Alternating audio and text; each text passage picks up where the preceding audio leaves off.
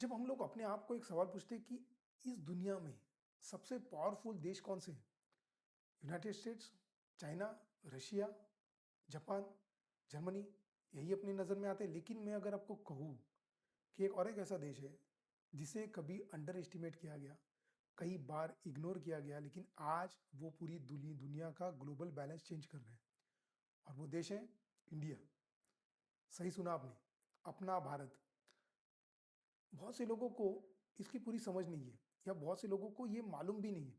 लेकिन अगर आप ये वीडियो अंत तक देखेंगे तो आपको साफ हो जाएगा कि पूरा विश्व भारत की ओर क्यों ध्यान दे रहे हैं और भारत से उसको डर क्यों लग रहा है।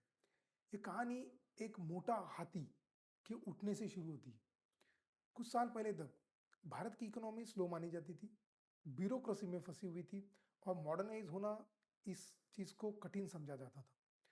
लेकिन पिछले दशक में बहुत बड़े चेंजेस आए। ये सिर्फ ग्रोथ नहीं था, ये ट्रांसफॉर्मेशन था। लाखों लोग पॉवर्टी से बाहर आए, नई नई सिटीज बन रही है, अर्बन सेंटर्स खड़े हो रहे हैं। यूनाइटेड स्टेट्स की पूरी पॉपुलेशन से भी बड़ा मिडिल क्लास भारत में तैयार हुआ है। मतलब उनकी उतनी पॉपुलेशन भी नहीं है जितना तो अपने पास मिडिल क्लास है। जब दुनिया वॉशिंगटन और बीजिंग की ट्रेड टेंशन्स पर ध्यान दे रही थी, तब भारत ने शांति से दुनिया की फास्टेस्ट ग्रोइंग मेजर इकोनॉमी बना ली। जो जायंट सोया हुआ लग रहा था, उसने अब आंखें खोल दी। क्या कोई देश अच्छी इकोनॉमी की वजह से पावरफुल बन सकता है? बिल्कुल नहीं। उसके लिए बहुत सारे फैक्टर्स गिने जाते हैं। उसमें से एक फैक्टर है मिलिट्री स्ट्रेंथ। ये बहुत इंपॉर्टेंट है। पहले भारत की आर्म फोर्सेस बड़ी थी, आज भी वो बड़ी है, लेकिन वो आउटडेटेड मानी जाती थी। आज तस्वीर बदल चुकी है। इंडिया दुनिया का सबसे बड़ा डिफेंस इक्विपमेंट बायर है। अपने खुद के फाइटर जेट्स बना रहे हैं, खुद की न्यूक्लियर सबमरीन बना रहे हैं, खुद की मिसाइल सिस्टम बना रहे हैं, और खुद के स्पेस वेपन्स भी वो विकसित कर रहे हैं।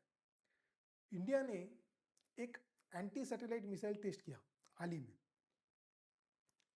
इसका मतलब क्या है? ऑर्बिट में, मतलब दुनिया में, वो सैटेलाइट कहीं पर भी मौजूद हो, किसी भी देश का हो, उसको डिस्ट्रॉय करने की क्षमता अब भारत के पास है। ये बहुत कम देशों के पास इस तरीके की क्षमता है। जिस दिन ये हुआ, उस दिन दुनिया भर की मिलिट्री एनालिस्ट ने ये समझ लिया कि भारत अब कैचअप नहीं कर रहा है, सिर्फ कॉपी नहीं कर रहा है, वो बहुत आगे निकल चुका है। अब हम लोग टेक्नोलॉजिकल रिवॉल्यूशन अगर देखेंगे भारत का, आप देखिए 100 करोड़ से ज़्यादा लोग यहाँ पर मोबाइल यूज़ करते हैं, मोबाइल कनेक्शन से जुड़े हुए। दुनिया की सबसे बड़ी बायोमेट्रिक आइडेंटिटी सिस्टम आधार कार्ड भारत ने ऑलरेडी बना ली है और वो ऑपरेशनल है। और बिलियन डॉलर स्टार्टअप पैदा करने वाला एक इनोवेशन नेटवर्क भारत ने अभी बना लिया। भारत एक डिजिटल बैकबोन बन गया है दुनिया का। आर्टिफिशियल इंटेलिजेंस आप बोलो, फिनटेक बोलो, हेल्थ बोलो, इनोवेशन, ई कॉमर्स बोलो, हर क्षेत्र में भारत आज ट्रेंड सेटर बनता जा रहा है।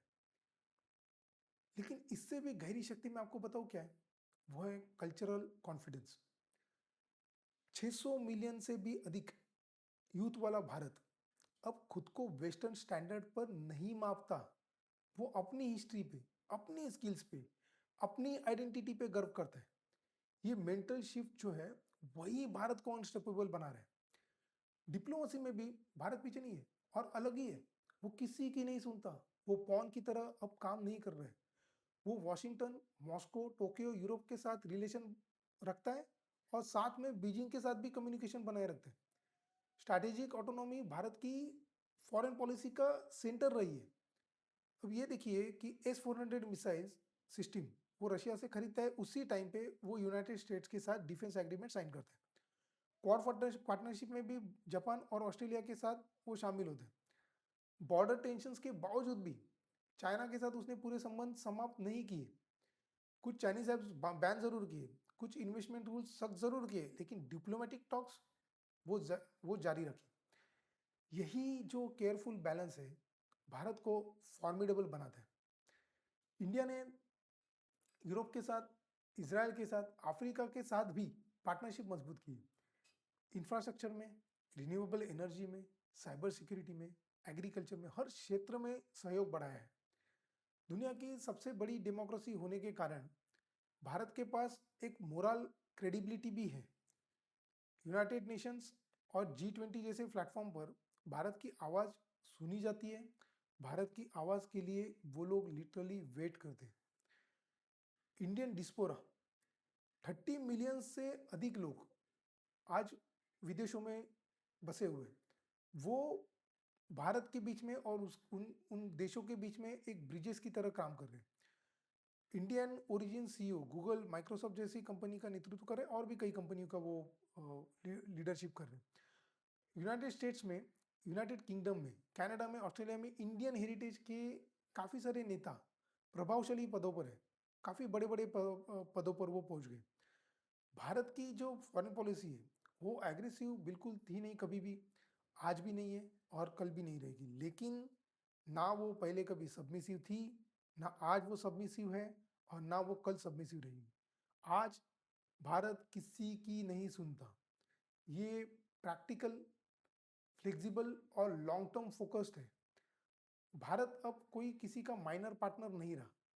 वो खुद की स्क्रिप्ट खुद ही लिख रहे हैं। पहले ब्रिटेन जैसे देशों ने भारत की स्क्रिप्ट लिखने की कोशिश की, आज भारत अपनी खुद की स्क्रिप्ट खुद ही लिख रहे हैं। मेरी राय में भारत की असली ताकत एक्चुअली भारत की जीडीपी में है क्या? नहीं। भारत की मिलिट्री में है क्या? नहीं। तो भारत की टेक्नोलॉजी में है क्या? नहीं। भारत की असली ताकत उसकी माइंडसेट में है। एक ऐसा देश जो सदियों की चुनौतियों के बाद भी खड़ा रहा, चला, अडॉप्ट किया गया और अब अपने आप पर विश्वास रखता है। आप बताइए, क्या ऐसे देश को रोकना इजी है? बिल्कुल नहीं। ऐसे देश को रोकना बहुत कठिन होता है। सवाल ये नहीं है कि भारत जो राइज कर रहा है वो करेगा या नहीं करेगा। असली सवाल ये है कि दुनिया इस राइज के लिए तैयार है क्या?